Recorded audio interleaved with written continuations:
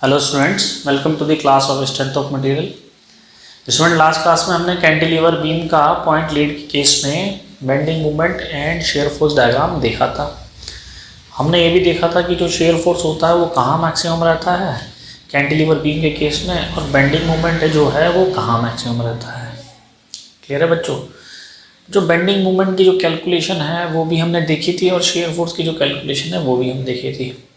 तो आज के लेक्चर में हम उसी प्रोसीजर को फॉलो करते हुए कैंटिलीवर बीम का यूनिफॉर्म डिस्ट्रीब्यूटेड लोड के केस में क्या शेयर फोर्स और बेंडिंग मोमेंट डायग्राम बनता है वो देखने वाले हैं। ठीक है, तो हेडिंग डालेंगे बच्चों, draw the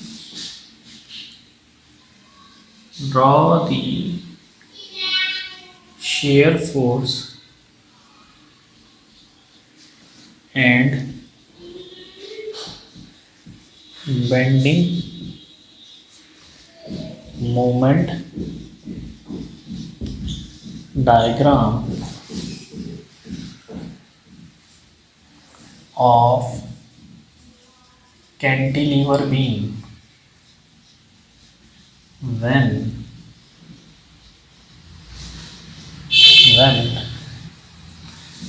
it is subjected to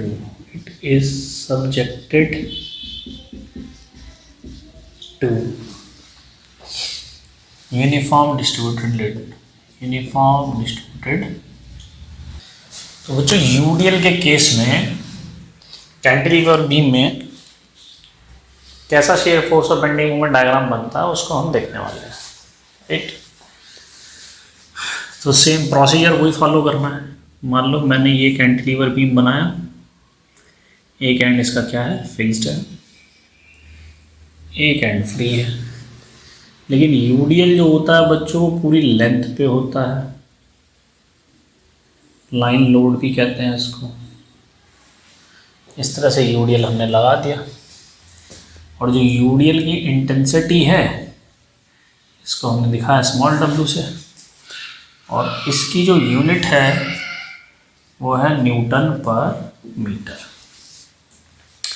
ठीक है बच्चों, this is my point A and B.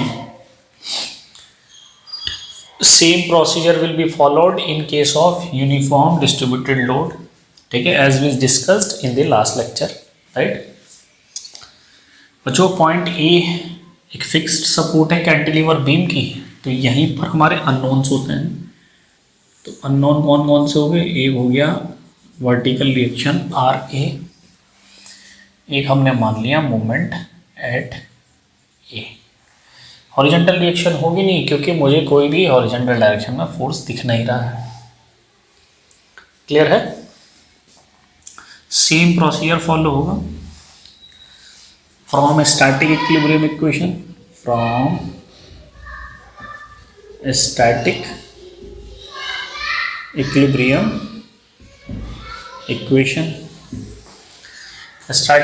Equation हमें कौन सी लगाएंगे? पहले हम फोर्स वाली लगाएंगे, algebraic summation of F Y is equal to 0।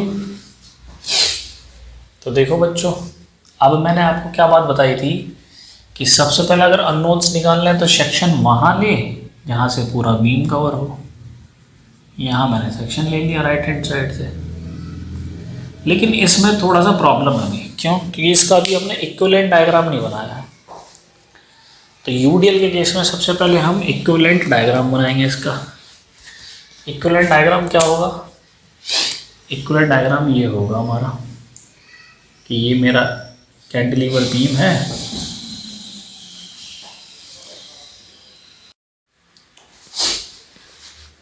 तो इसमें हमें इसका इक्विवेलेंट डायग्राम बनाना पड़ेगा पहले।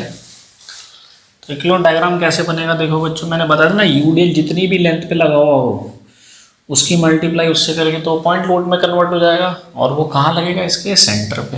यानी कि इसका इक्विवेलेंट डायग्राम होगा बच्चों ये, कि ये पी फोर्स आ जाएगा, ये कितना आ जाएगा? Small W into L. लगेगा कहाँ पे? सेंटर पे।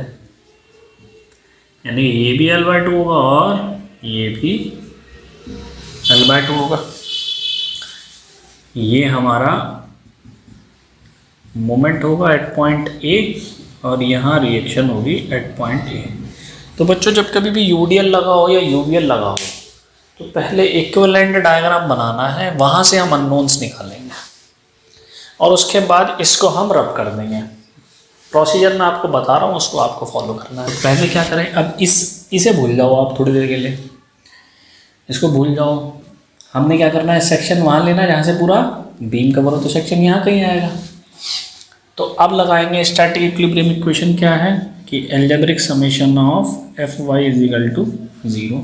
अब इसमें देखो, अब ये जो फोर्स है ये सेक्शन यहाँ कहीं आएगा, ये मेरा क्या होगा, मोमेंट एट ए, सेक्शन मेरा यहाँ कहीं आएगा। अब सेक्शन के राइट हैंड साइड से देखें, राइट हैंड साइड में तो मुझे एक फोर्स दिख रहा है, एक ये और एक ये, दो फोर्स दिख रहा है ना। सेक्शन के राइट साइड में देखूँ तो मुझे एक फोर्स ये दिखाई दे रहा है और एक ये दिख रहा है। ये ऊपर से लगा हुआ है तो पॉजिटिव, ये नीचे से लगा हुआ है तो नेगेटिव। तो कितना होगा हमारा, P आ गया हमारा पॉजिटिव प्लस माइनस का आर ए नीचे से ये होना चाहिए 0, यानी कि P माइनस के R A is equal to कितना होगा 0, यानी कि जो रिएक्शन आया एट पॉइंट ए पे वो कितना है बच्चों, स्मॉल w इंटू एल, क्योंकि ये P के बराबर होगा, स्मॉल w इंटू एल। ये तो आ गई हमारी रिएक्शन। रिएक्शन हमारी पॉजिटिव आ रही है, इसका मतलब हमने डायरेक्शन सही मानी है। ठीक हो गई बात। दूसरी इक्वेशन क्या है, दूसरी इक्वेशन है algebraic summation of M Z is equal to 0। Section के राइट साइड में एक फोर्स ये लगा हुआ है, हमें इस पॉइंट पे देखना है, हमें ए पॉइंट पे मोमेंट। तो जो रिएक्शन लगी हुई है उसका तो कोई मोमेंट होगा नहीं, और एक ये मोमेंट लगा हुआ है, ये हमारा क्या है, पॉजिटिव मोमेंट है। तो कितना होगा मोमेंट बताओ, चूँकि ये जो राइट सेक्शन के राइट साइड में मोमेंट लगा हुआ ये हॉगिंग मोमेंट होगा, तो नेगेटिव के कितना P into L/2 plus M at A is equal to 0, यही तो होगा। तो जो मोमेंट आया एट पॉइंट ए पे ये आया हमारा P इंटू L/2। P की वैल्यू कितनी है, P की वैल्यू है small w into L into L/2। तो जो मोमेंट आया एट पॉइंट ए पे ही आया हमारा small w into L²/2। Positive का आ रहा है, इसका मतलब उसकी भी डायरेक्शन हमने सही मानी है। क्लियर है बच्चों, पॉजिटिव का आ रहा है, इसका मतलब उसकी डायरेक्शन भी हमने सही मानी है। पहले हमने इतना काम ख़त्म करना है, जो भी हमारा बीम जो है उसे इक्विवेलेंट में चेंज करना है, इक्विवेलेंट में चेंज करके नंबर ऑफ अननोन्स निकालने हैं।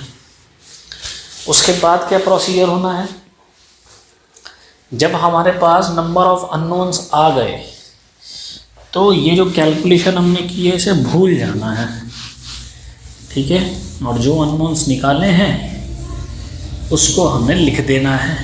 कैसे, और जो ये इक्विवेलेंट डायग्राम बनाया था अब इसका भी कोई पर्पज़ नहीं रहा, इक्विवेलेंट डायग्राम बनाते ही है नंबर ऑफ अननोन्स निकालने के लिए। ठीक है, अब यहाँ पर जो हमारे आए हैं अननोन्स उसको हम लिख देते हैं। ठीक है, कितना आया है ये आया है स्मॉल w इंटू L²/2 और आर ए कितना आया था स्मॉल w इंटू एल। अब देखो इसका डायग्राम बनाना है, कैसे बनाए देखो, सेम प्रोसीजर फॉलो करना है बच्चों। शेयर फोर्स के लिए पहले हम शेयर फोर्स कैलकुलेशन लेंगे, उसके लिए हमें एक सेक्शन लेना पड़ेगा। सेक्शन लिया हमने राइट हैंड साइड से, ठीक, B से सेक्शन लिया तो हमने कहा कि x डिस्टेंस पे हमने एक सेक्शन लिया x, ठीक। तो पॉइंट कंसिडर करेंगे यहाँ पे, और सेक्शन के राइट हैंड साइड में ही देखना है, लेफ्ट से हमें कोई मतलब नहीं है। तो यहाँ भी इंटेंसिटी क्या है बच्चों, यहाँ भी इंटेंसिटी स्मॉल w होगी, क्या है। तो शेयर फोर्स देखो, shear force calculation, shear force calculation shear force calculation में क्या करें, शेयर फोर्स कितना देखना है, इतना सेक्शन के अंदर आ रहा है, सिर्फ इसका शेयर फोर्स देखना है। क्लियर है? इसका शेयर फोर्स देखना है। तो हमने माना ये जो पॉइंट है और यहाँ तक देखना है, मान लीजिए ये हमें इतना देखना है, ये डिस्टेंस कितनी है x, ये पॉइंट B हो गया और ये सेक्शन का पॉइंट हो गया। अब इसका शेयर फोर्स कितना होगा, तो हमने कहा कि shear force eight section x पे कितना होगा, क्योंकि ये ऊपर से लग रहा है, ध्यान से समझना बच्चों, ये ऊपर से लग रहा है, सेक्शन के राइट साइड में जो ऊपर से होगा वो पॉजिटिव, तो ये मानो positive. Load intensity into length देखा था हमने, तो जो शेयर फोर्स होगा कितना हो जाएगा, वो हो जाएगा स्मॉल w इंटू एक्स। ठीक है। अच्छा, ये जो शेयर फोर्स होगा ये वैलिड कहाँ से कहाँ तक होगा, 2 पॉइंट, कौन से पॉइंट, B पॉइंट और A पॉइंट तक। क्यों?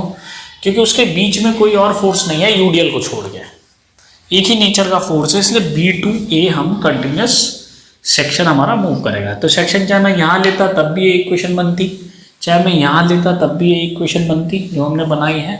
तो इसका मतलब ये जो शेयर फोर्स की इक्वेशन है ये वैलिड करेगी फ्रॉम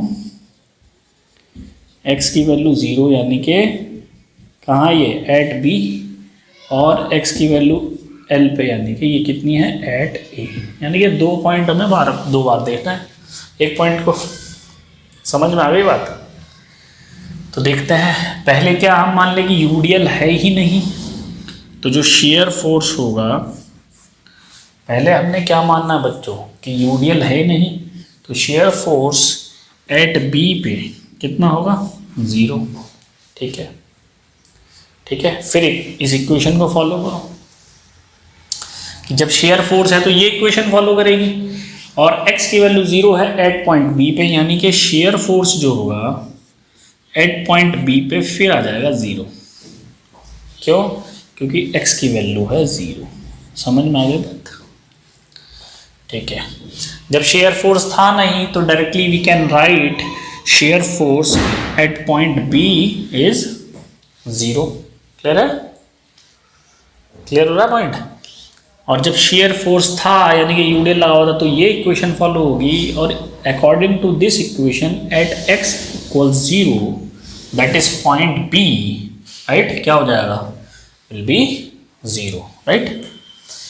अब ये इक्वेशन वैलिड करेगी कहाँ से, x की वैल्यू 0 टू L, यानी कि मैं कह सकता हूँ कि जो शेयर फोर्स होगा एट पॉइंट A पे इक्वेशन फॉलो करेगी ये, तो ये हो जाएगा तो ये हो जाएगा small w into L। X की वैल्यू क्या हो जाएगी, L। ठीक है, यानी कि हम कैलकुलेशन किस पे कर रहे हैं, एट पॉइंट A पे। तो इसको हम क्या लिख सकते हैं, इसको हम लिख सकते हैं स्मॉल w इंटू L। समझ में आ गई बात? अब एक पॉइंट को 2 बार कंसीडर करना है, हमने एक पॉइंट को 2 बार कंसीडर करना है, तो इसीलिए अब हमें दोबारा A पे लिखना है, क्योंकि हमें क्लोज डायग्राम बनाना है। ये तो बन गया क्लोज, 0 से शुरू हुआ और 0 पे ही था, अभी यहाँ पर ये, अब इसको 0 होना चाहिए अगर ये क्लोज डायग्राम बनना है तो देखो ये भाई साहब बैठे हैं नीचे से एट पॉइंट A पे, तो जो शेयर फोर्स होगा फाइनली एट पॉइंट A पे कितना है, स्मॉल w इंटू L। तो यूडीएल की वजह से आ रहा था और एक रिएक्शन आ रही थी ऊपर की तरफ, और जब अपवर्ड रिएक्शन लगती है सेक्शन के राइट हैंड साइड में तो वो होती है नेगेटिव, ये हो जाएगी 0। तो फाइनली हमारा जो डायग्राम होगा वो क्या होगा, एक क्लोज डायग्राम होगा। समझ में आ रही है बात?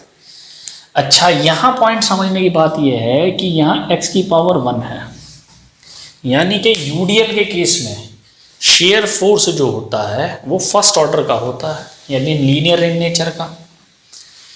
यूडीएल के केस में शेयर फोर्स जो होता है बच्चों वो फर्स्ट ऑर्डर का होता है, पहला पॉइंट।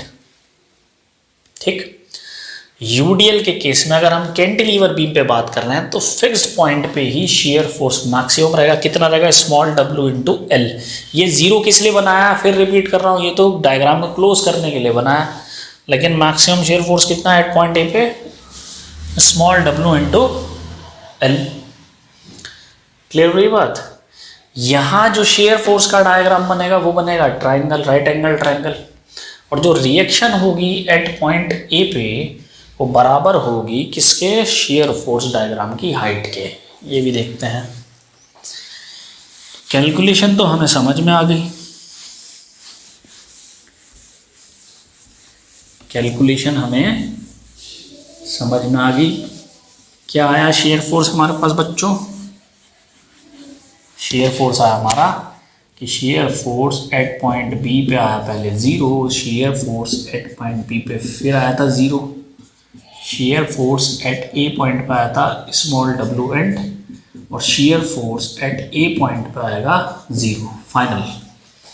ठीक है, ये क्या बताता है, ये क्लोज फिगर बताता है, क्लोज डायग्राम बनाने के लिए ध्यान रखना। ठीक है, अच्छा पॉइंट बाद में लिखेंगे, पहले डायग्राम बना लेते हैं। ये मेरी हो गई 0 लाइन, ठीक है, ये मेरी हो गई, थोड़ा सा जगह बचेगी तो बेंडिंग मोमेंट डायग्राम भी बने। ये मेरी 0 लाइन हो गई, ये पॉइंट क्या हो गया ए, ये पॉइंट हो गया बी। देखो बी पे कितना 0 है, फिर 0, ए पे कितना है डब्ल्यू इंटू एल, ये पॉजिटिव है तो पॉजिटिव रीजन में बनेगा। तो मैंने कहा कि ए पे कितना है डब्ल्यू इंटू एल, मान लो ये था डब्ल्यू इंटू एल, मान लो इतना था ये, तो ये बनेगा इस तरह से, और फिर इसको क्लोज होना है 0, चूँकि ये पॉजिटिव है और नेगेटिव ये मिल रहा है मुझे, तो ये बन जाएगा 0, ये बन जाएगा 0। बच्चों इन अननोन्स को निकालने का सिर्फ पर्पस इतना होता है कि अगर ये आखिरी में 0 नहीं आया तो इसका मतलब हमने कैलकुलेशन में कहीं गड़बड़ की होगी, तो हमें ये भी पता चल जाता है कि हम कैलकुलेशन सही कर रहे हैं कि नहीं। ठीक है, क्योंकि इसे लास्ट में 0 आना ही आना है क्लोज डायग्राम के लिए। ये कितना है स्मॉल डब्ल्यू इंटू एल, तो एट ए पॉइंट पे मैक्सिमम शेयर फोर्स होगा यूडीएल के केस में। यूडीएल के केस में ये डायग्राम बनेगा, सॉरी एरो से नहीं दिखाते इसे, इसको हैचिंग से दिखाएंगे। ये शेयर फोर्स डायग्राम है,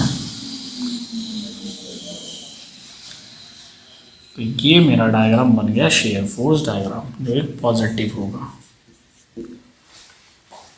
ठीक है, समझ में आ रही है बात, ठीक हो गई बात।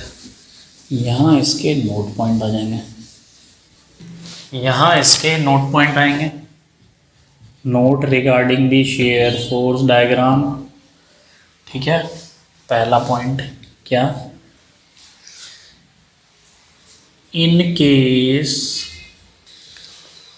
Case of UDL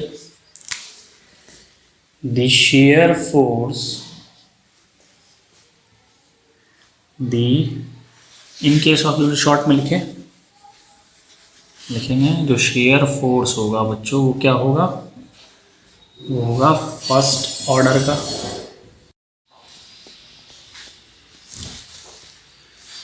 student shear force किसका होगा, फर्स्ट ऑर्डर का होगा। तो इसमें क्या लिख सकते हैं, और हम देखो कि जो शेयर फोर्स का जो सेकंड पॉइंट होगा कि shear force will be maximum shear force will be maximum eight the fixed support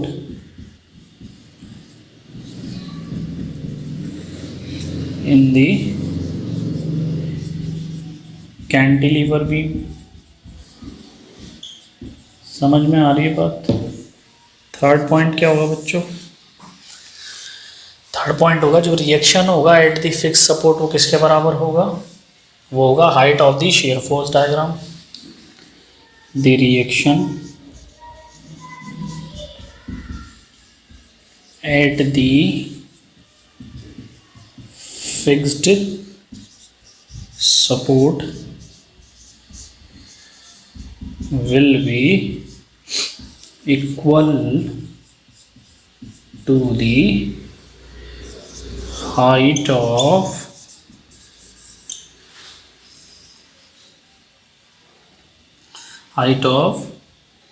shear force diagram. Fourth point क्या बनेगा इसमें? फोर्थ पॉइंट बनेगा कि shear force will be varying, shear force will be varying linear in nature। Clear है? will be varying linear in nature between two points, ऐसे लिख सकते हैं, between टू पॉइंट्स। ये जो पॉइंट्स का कॉन्सेप्ट है we will discuss also, right? थोड़ा और क्लियर होगा, अभी तो शुरू ही किया है। चलो मूव करते हैं आगे बेंडिंग मोमेंट कैलकुलेशन पे। Bending moment calculation, bending moment calculation कैसे करें? फिर इक्विवेलेंट अननोन निकालना है ना, तो फिर इक्विवेलेंट डायग्राम। इक्विवेलेंट डायग्राम कैसा बना था हमारा? कुछ इस टाइप का आया था। यहाँ सेंटर पे मेरा स्मॉल w इंटू एल और ये l/2। सेक्शन वहाँ लेना जहाँ से पूरा बीम कवर हो। मान लो यहाँ ले लेता हूँ मैं सेक्शन, तो ये पॉइंट मिल रहा है मुझे। यहाँ तो कुछ है नहीं ना, जहाँ है वहाँ की बात करेंगे। ये एंड पॉइंट मिल रहा है हमें, पॉइंट ए। ठीक हो गई बात? ठीक है, तो फ्रॉम स्टैटिक इक्विलिब्रियम इक्वेशन कौन सी है? From static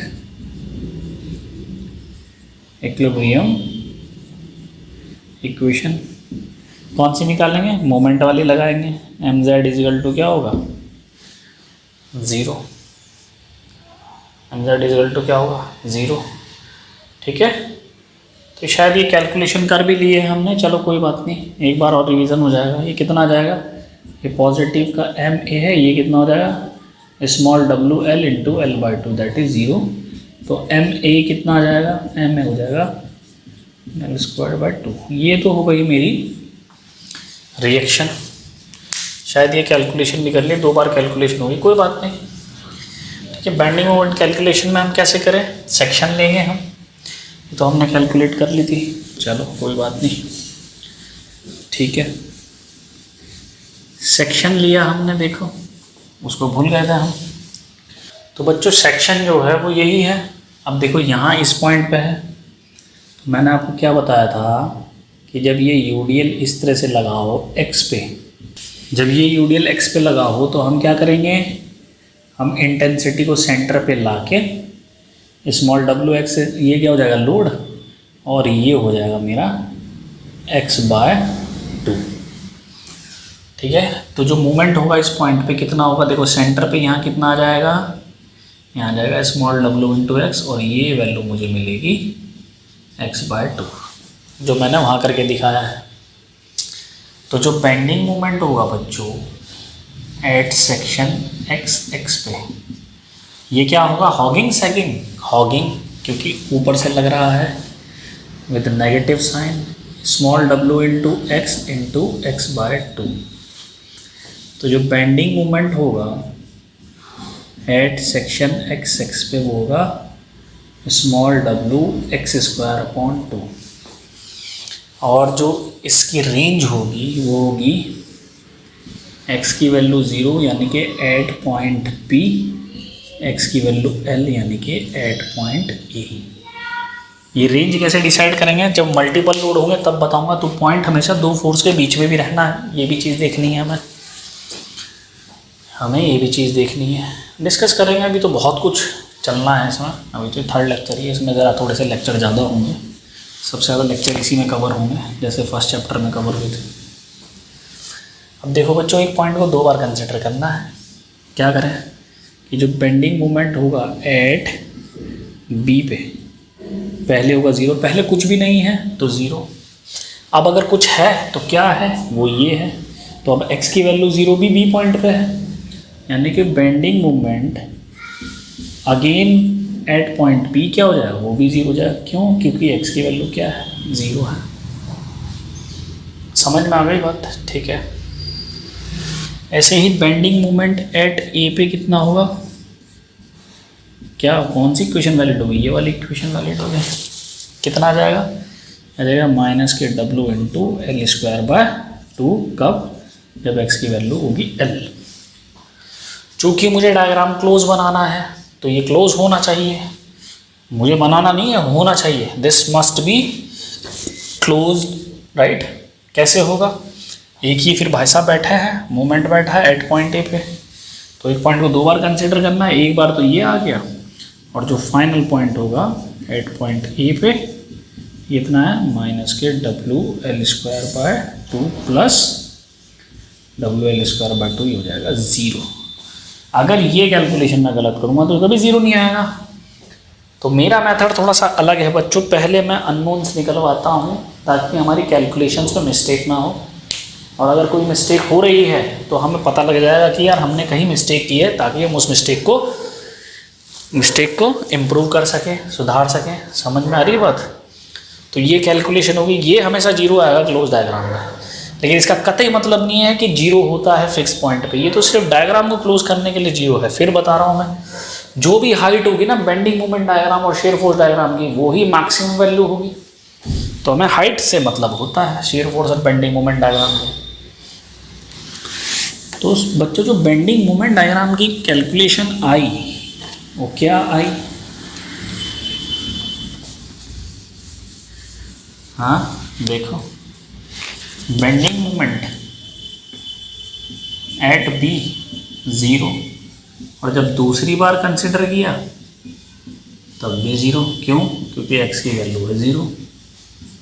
bending moment at A W L square by 2, x की वैल्यू क्या थी, l, और bending moment at A finally 0 हो जाएगा close diagram.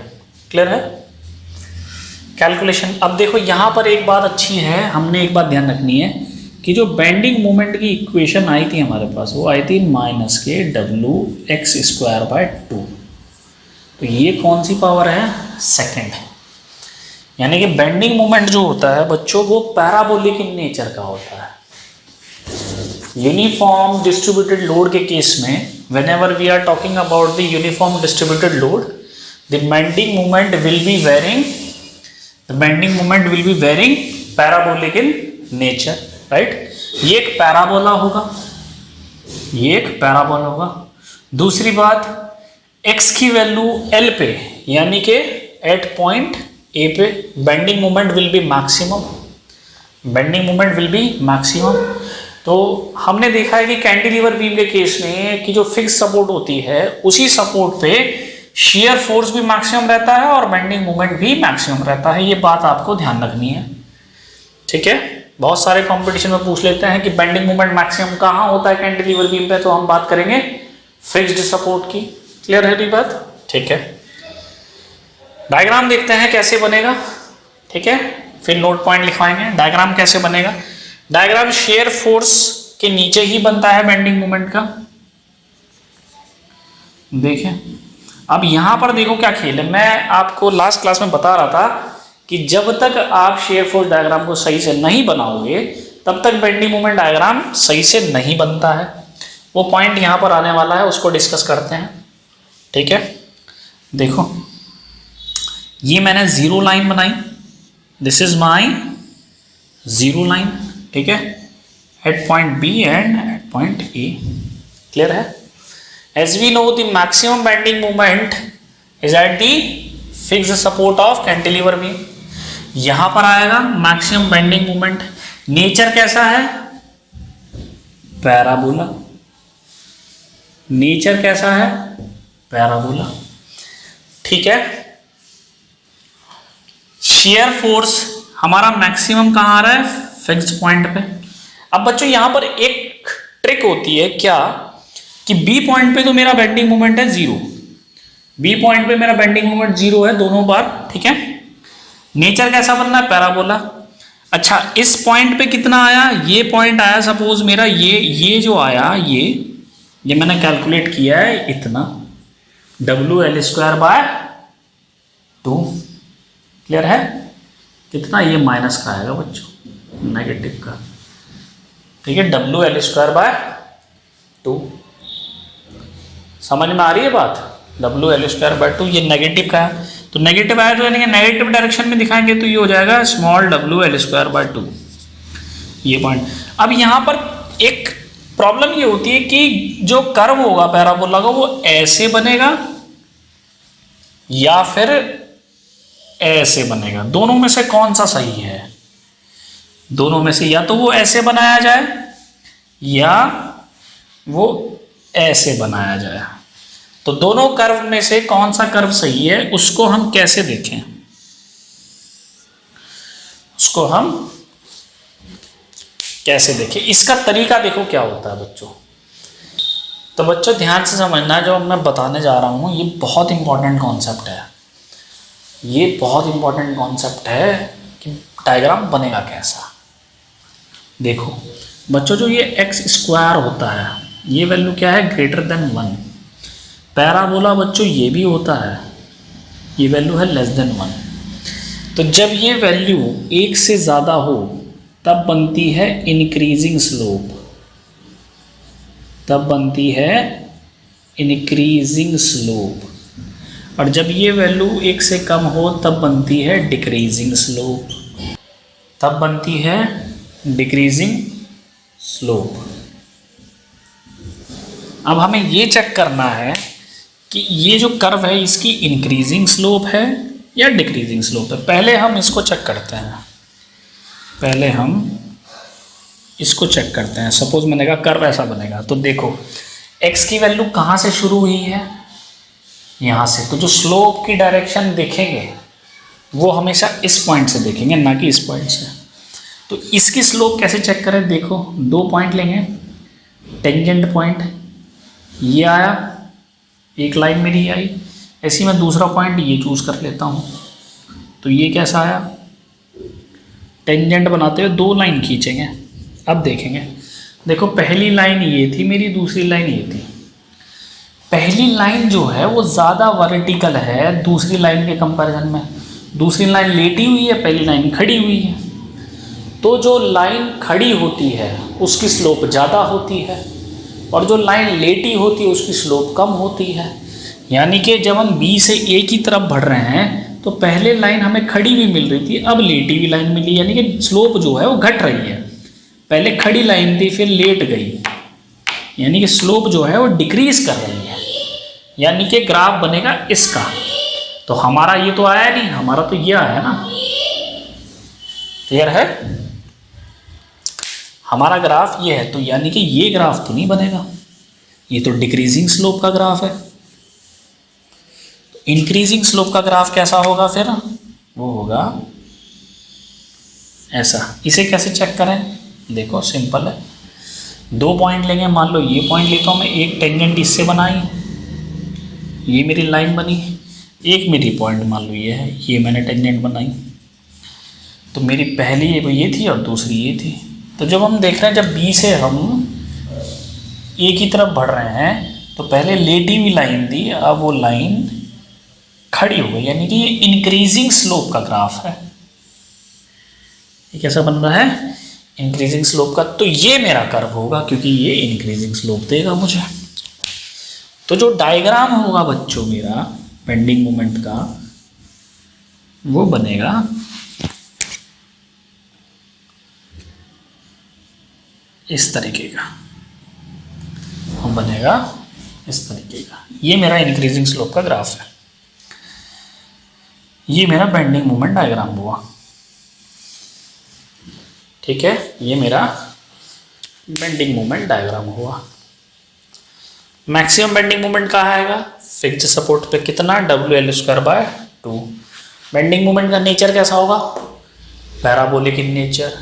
Reaction moment reaction at fix point किसके बराबर होगा? Height of the bending moment diagram. 3 point हमें इसमें नोट करके लिखने हैं। 3 पॉइंट जो है हमें 3 नहीं 4, क्योंकि हमें ऑर्डर भी लिखना है। बेंडिंग मोमेंट का ऑर्डर कैसा होगा? वो सेकेंड ऑर्डर का होगा। सेकेंड ऑर्डर माने पैराबोलिक इन नेचर। यहाँ नोट पॉइंट लिखेंगे regarding the bending moment diagram in case of uniform distributed load. It is first point in UDL. in UDL जो बेंडिंग मोमेंट होगा वो क्या होगा? Second order. सेकेंड ऑर्डर इसका मतलब क्या होगा कि हम लिख सकते हैं कि जो बेंडिंग मोमेंट होगा, bending moment will B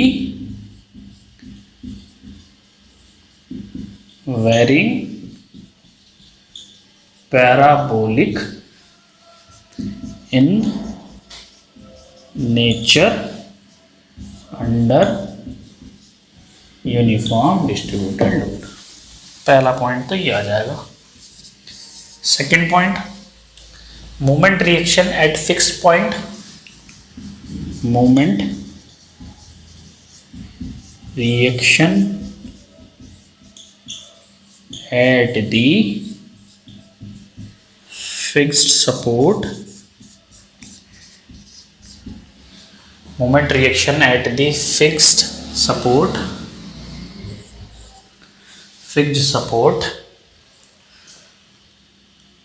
will be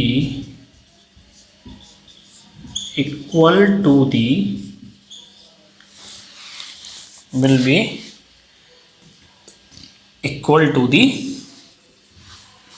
height of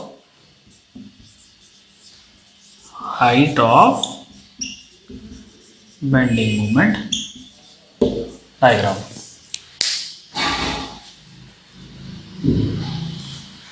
height of bending moment diagram.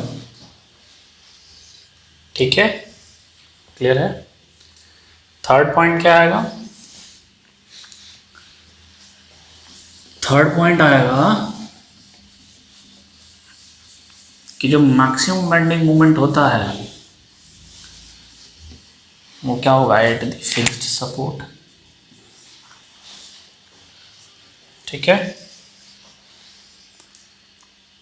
Clear हो रही बात? Height of the equilibrium, height of the bending moment diagram, और हाइट क्या होगी? Maximum bending moment. क्लियर हो गया? यहाँ हम लिख सकते हैं कि maximum bending moment under UDL will be at the fixed support and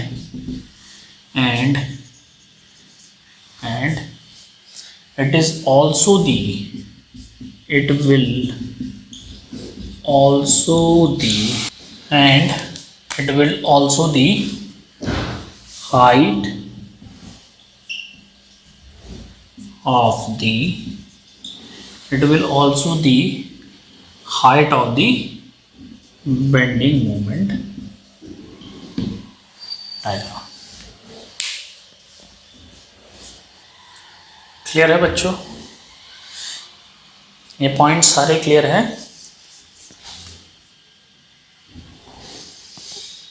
I think ये सारे पॉइंट क्लियर हैं जो हमने अभी डिस्कस किए कि कैसे कैसे हमारा बेंडिंग मोमेंट डायग्राम बनेगा।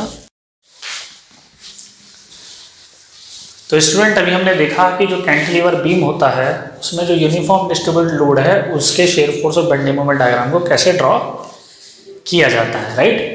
अब हम थोड़ा सा आगे मूव करेंगे अभी यहाँ से कि हम अब कैंटिलीवर बीम में UVL जो है हमारा यूनिफॉर्म वेरिंग लोड का शेयर फोर्स और बेंडिंग मोमेंट डायग्राम कैसे ड्रॉ करते हैं उसको देखेंगे जरा। तो हेडिंग डालेंगे यहाँ पे, draw shear force and bending moment diagram of cantilever beam under uniform varying load. Uniform varying load. ठीक है बच्चों, ये बड़ा इंपॉर्टेंट है, इसको समझना। ये कैसे हम ड्रॉ करेंगे, यूनिफॉर्म वेरिंग लोड जो होता है उसको कैसे ड्रॉ किया जाता है। देखो प्रोसीजर वही है। मान लो ये मेरा कैंटिलीवर बीम है और एक ये यूनिफॉर्म वेरिंग लोड एक्ट कर रहा है इस पे through out its length, right. इसकी जो इंटेंसिटी है वो फिक्स्ड एंड पे मैक्सिमम है और फ्री एंड पे 0 है। लेंथ कितनी है L, लेंथ कितनी है L, ठीक है। सबसे पहला क्या होता है हमारा प्रोसीजर, इसका इक्विवेलेंट डायग्राम बनाओ अननोन निकालने के लिए। इक्विवेलेंट डायग्राम कैसे बनेगा, इक्विवेलेंट डायग्राम बनेगा इस तरह से, ठीक है। ये मेरा हो गया लेंथ L, ठीक है, ये मेरा फ्रेंड हो गया, ठीक है। इस पूरे का जो एरिया होगा वो कितना होगा, half into base into height. कहाँ लगेगा, इसके सेंट्रॉइड पे। सेंट्रॉइड कहाँ होगा, बेस से 1/3 पे और वर्टेक्स से 2/3 पे। यानी कि यहाँ पे एक्ट करेगा क्या, मेरा लोड कितना, लोड इंटेंसिटी इंटू L/2, यही तो है। और सेंट्रॉइड पे एक्ट करेगा तो ये हो जाएगा मेरा L/3 बेस से। और ये जो लेंथ होगी बच्चों, ये होगी लेंथ 2L/3। समझ में आ गई बात। यहां मेरी एक अननोन रिएक्शन होगी RA वर्टिकल डायरेक्शन में, एक मेरा मूवमेंट होगा एट पॉइंट A पे। तो ये इक्विवेलेंट डायग्राम हो गया हमारा। तो क्या डालेंगे, हेडिंग सॉरी, अभी अननोन्स निकालने के लिए क्या करते हैं, from static equilibrium equation. Static equilibrium equation लगाएंगे तो हमारे पास इक्वेशन है अलजेब्रिक समेशन ऑफ Fy = 0, ठीक है। फोर्स हमारे पास दो हैं, एक हमारा ये फोर्स है, एक हमारा ये है। ये ऊपर से लग रहा है तो पॉजिटिव, ये नीचे से लग रहा है नेगेटिव। तो माइनस के RA negative plus small L/2 = क्या होगा, 0, ठीक है। तो जो RA आया बच्चों वो कितना आ गया, WL/2। ये पॉजिटिव आया, इसका मतलब क्या हुआ कि हमारी रिएक्शन की जो डायरेक्शन है वो सही है। दूसरी इक्वेशन हम लगाएंगे algebraic summation of movement, algebraic summation of mz = 0, ठीक है। इस पॉइंट के अबाउट हम क्या ले लेंगे, मूवमेंट ले लेंगे। चूंकि ये क्या लगा हुआ है हमारा इस पॉइंट पे, क्लॉकवाइज, सॉरी एंटी क्लॉकवाइज। ये कैसा लग रहा है, एंटी क्लॉकवाइज, ये पॉजिटिव होता है। तो पॉजिटिव का MA, और इस पॉइंट पर ये जो मोमेंट होगा वो कैसा आएगा, वो हॉगिंग आएगा। हॉगिंग यानी कि नेगेटिव।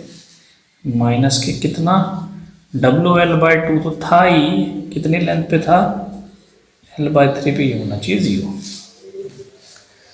ये होना चाहिए 0। तो जो MA आया ये आ गया WL²/6। कितना आया, WL²/6। 6। ठीक है बच्चों,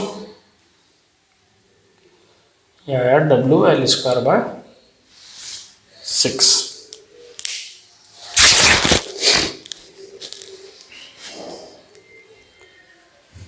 WL²/6 हमारा आ गया मोमेंट एट पॉइंट ए। ध्यान से समझते रहना बच्चों, बड़ा इंपॉर्टेंट है समझना। क्या करें अब हम क्या करते हैं, इसको हटाएंगे। जो जो हमारे अननोन्स हैं उनको हम देखेंगे भैया ये कैसे लगाते हैं। मैंने आपको बताया था क्या करना है, सबको भूल जाना है। ठीक है, यहाँ अननोन्स लगा देना है। ये कितनी आई, ये WL/2 और ये मोमेंट कितना है WL²/6। ये इंटेंसिटी कितनी है W। अब देखो पॉइंट ये है मेरे पास A और ये B। तो पहले हम क्या करेंगे, हमारे पास अननोन आ गए हैं, अब हम चलेंगे shear force calculation. Shear force calculation क्या करना है, शेयर फोर्स कैलकुलेशन के लिए एक सेक्शन लेना है। 2 पॉइंट है हमारे पास A और B, तो एक ही सेक्शन आएगा। सेक्शन हमने लिया यहाँ से X, B से शुरू हुए यहाँ तक हमने सेक्शन लिया। सेक्शन के राइट साइड में जो है उससे मतलब है, यानी कि मुझे इस ट्रायंगल से मतलब है बस, ये जो ट्रायंगल आ रहा है मेरा। ठीक है, इसमें ये जो इंटेंसिटी है कि जो हाइट होगी इस ट्रायंगल की, वो मैंने मान लिया W'। और W' की वैल्यू कितनी होगी बच्चों, ये होगी WX/L। ठीक है, सिमिलर ट्रायंगल की प्रॉपर्टी लगाएंगे जैसे पिछली क्लास में बताया था, वैसे ही होगा। ये हाइट हमने निकाल ली इतनी। ये लेंथ कितनी है, ये लेंथ है x, ये लेंथ x है। तो शेयर फोर्स क्या होता है, एरिया ऑफ ट्रायंगल। तो शेयर फोर्स जो होगा एट सेक्शन x पे कितना होगा, कितना होगा, क्योंकि देखो सेक्शन के राइट साइड में लग रहा है डाउनवर्ड, तो positive.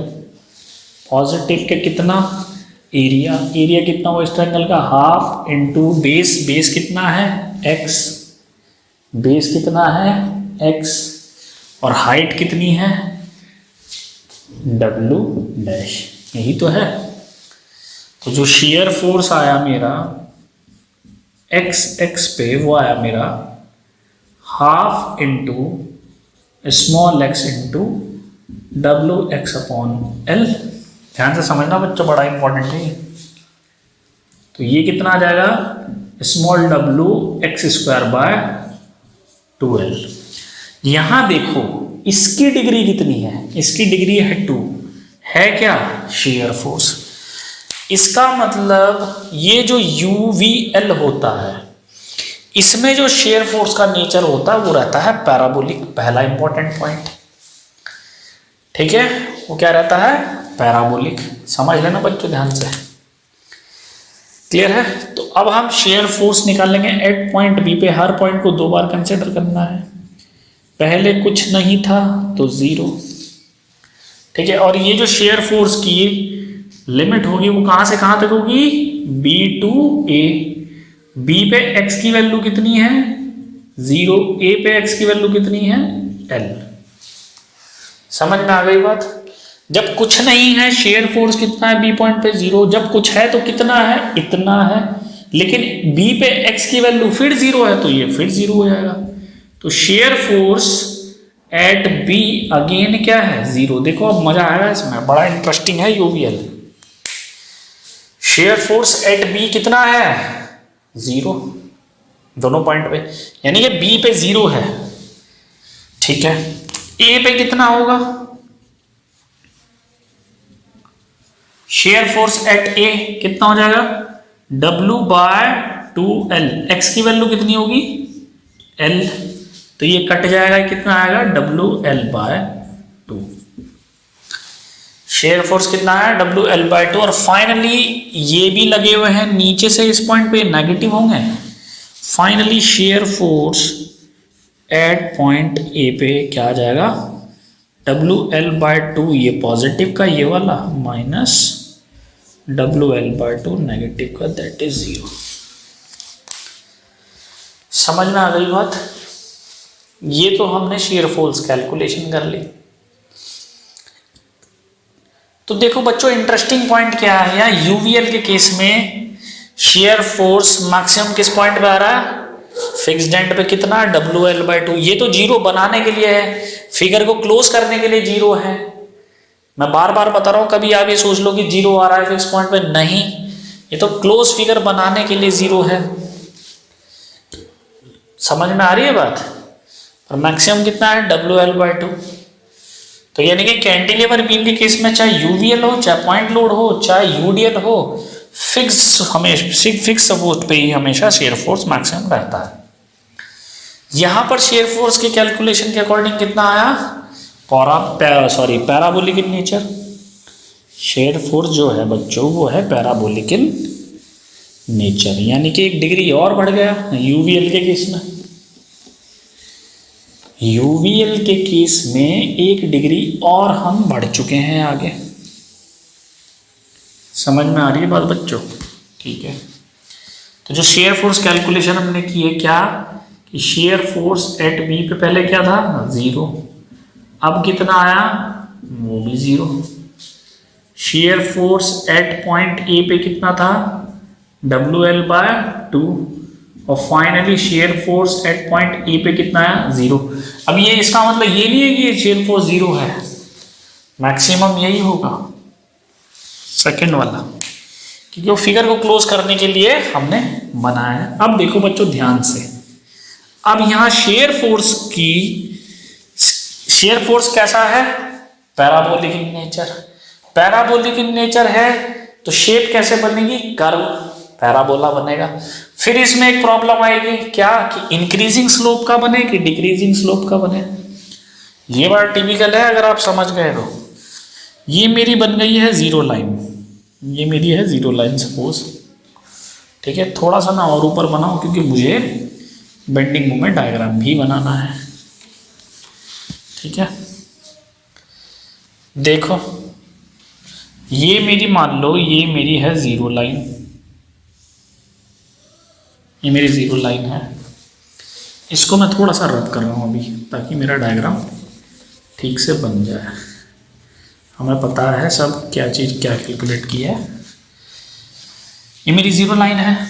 Share force eight P पे कितना है 0, फिर बी पे कितना है 0, ए पे कितना आया WL/2, ये पॉजिटिव होगा मान लो, वो इतना है, और ये बन जाएगा 0।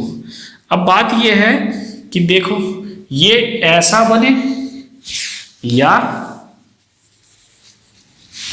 ऐसा बने या ऐसा बने या ऐसा बने, इन चारों में से एक फिगर जो होगा वो सही होगा, ठीक है। देखो आपके सारे डाउट इस पॉइंट में मैं क्लियर कर दूंगा। अगर ये ऐसा बनता तो ये होता पॉइंट लोड, पॉइंट लोड तो है नहीं, क्लियर है, पॉइंट लोड तो है नहीं। ये अगर इस तरह से बनता तो ये बनती लीनियर लाइन, यानी कि ये तो होता यूडीएल। यूडीएल ये है नहीं, क्योंकि यूडीएल में वो लीनियर इन नेचर का होता है। तो बच्चों बात समझने की क्या है, ये कितना है, ये कितनी है वैल्यू, ये है WL/2। अब या तो फिगर ऐसा बने इस टाइप का, ठीक है, या फिगर बने इस टाइप का, दोनों में से कौन सा सही है। तो इसको देखने के लिए हमें ये जो लोड इंटेंसिटी है इसके वेरिएशन को देखना होगा। इसका वेरिएशन कैसा है, देखो हमने सेक्शन जो लिया है पॉइंट बी से लिया है बच्चों, यहां से लिया है, हमें यहां से देखना है, यहां से नहीं देखना कभी भी, यहां से देखना है। अब जैसे हम बी से ए की तरफ बढ़ते हैं तो लोड इंटेंसिटी बढ़ती चली जा रही है, ठीक। तो इसका मतलब मेरी जो स्लोप बनेगी वो इंक्रीजिंग स्लोप बनेगी। क्या बनेगी? Increasing slope. तो यानी कि अगर मैं देखो यहां से अगर ये फिगर बनाता ये वाला, तो ये फिगर मेरा क्या सही होता? नहीं। क्यों? क्योंकि यहां स्लोप मेरी ज्यादा है। देखो ये लाइन और ये जो लाइन है उनमें, जैसे मेरी पहली लाइन थी, ये मेरी दूसरी लाइन है। सबसे ज्यादा खड़ी लाइन कौन सी है? ये। लेटी लाइन कौन सी है? या इसका मतलब ये है कि हम तो डिक्रीजिंग स्लोप की तरफ बढ़ रहे हैं। पहले खड़ी थी, फिर खड़ी, फिर लेट गई। तो यानी कि 1 की स्लोप ज्यादा है, 2 की स्लोप कम है, यानी कि ये तो डिक्रीजिंग स्लोप ग्राफ है। लेकिन हमें तो इंक्रीजिंग स्लोप ग्राफ बनाना है। तो इसका मतलब जो हमारा कर्व होगा वो ये तो होगा नहीं, ये होगा नहीं। कैसा होगा फिर? ये होगा इस टाइप का। क्योंकि अब ये इंक्रीजिंग स्लोप का ग्राफ है, क्योंकि इसकी स्लोप कम है, इस पॉइंट पे स्लोप कम है, इस पॉइंट पे स्लोप सबसे ज्यादा है। ये लाइन ज्यादा खड़ी होगी इसके कंपैरिजन में। तो ये मेरा शेयर फोर्स डायग्राम बना पॉजिटिव का। आई होप आपको क्लियर हुआ हो कि कैसे मैंने शेयर फोर्स डायग्राम बनाया है। समझ में आ रही है बात बच्चों? आई होप आपको ये क्लियर हो कि मैंने शेयर फोर्स डायग्राम कैसे बनाया। मैं फिर बता देता हूं एक बार और कि जो लोड इंटेंसिटी है उसको देखना है। लोड इंटेंसिटी जो है बी से ए की तरफ बढ़ रही है, तो ये जो हमारा ग्राफ होगा ये बनेगा increasing slope graph. Increasing slope का कैसे देखें?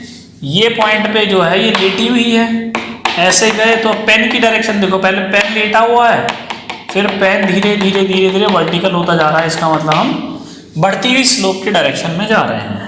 बहुत सीधी होगा इसको देखना, वेरी इजी। ठीक है, हम बहुत इजीली देख सकते हैं कि इंक्रीजिंग स्लोप है कि डिक्रीजिंग स्लोप है। समझ में आ रही है बात बच्चों? ठीक है, ये बात क्लियर हो रही है? चलो अब हमें क्या देखना है? शेयर फोर्स तो हमने बना लिया, ये लेंथ कितनी है? ये लेंथ हमारी एल है। शेयर फोर्स डायग्राम तो हम बना चुके हैं। अब हमें क्या देखना है? बेंडिंग मोमेंट डायग्राम बनाना है। तो बच्चों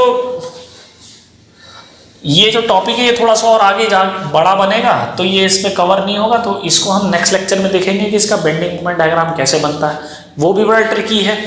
उसमें हम शेयर फोर्स का नेचर देखेंगे कि शेयर फोर्स का नेचर जैसे वेरी कर रहा है वैसे बेंडिंग मोमेंट भी वेरी करेगा, क्योंकि बेंडिंग मोमेंट जो होता है वो एक हायर डिग्री का होता है। समझ में आ रही है बात? तो इसके रिगार्डिंग जो नोट पॉइंट होंगे वो हम देखेंगे नेक्स्ट क्लास में, और जो बेंडिंग मोमेंट डायग्राम है यूवीएल का वो कैसे बनता है उसको भी हम नेक्स्ट क्लास में देखेंगे। तो आई होप जो मैंने ये अभी डिस्कस किया है वो आपको इजीली समझ में आया हो। नेक्स्ट क्लास में मिलते हैं, उस नेक्स्ट क्लास में इसका आगे का पार्ट देखेंगे। Thank you very much.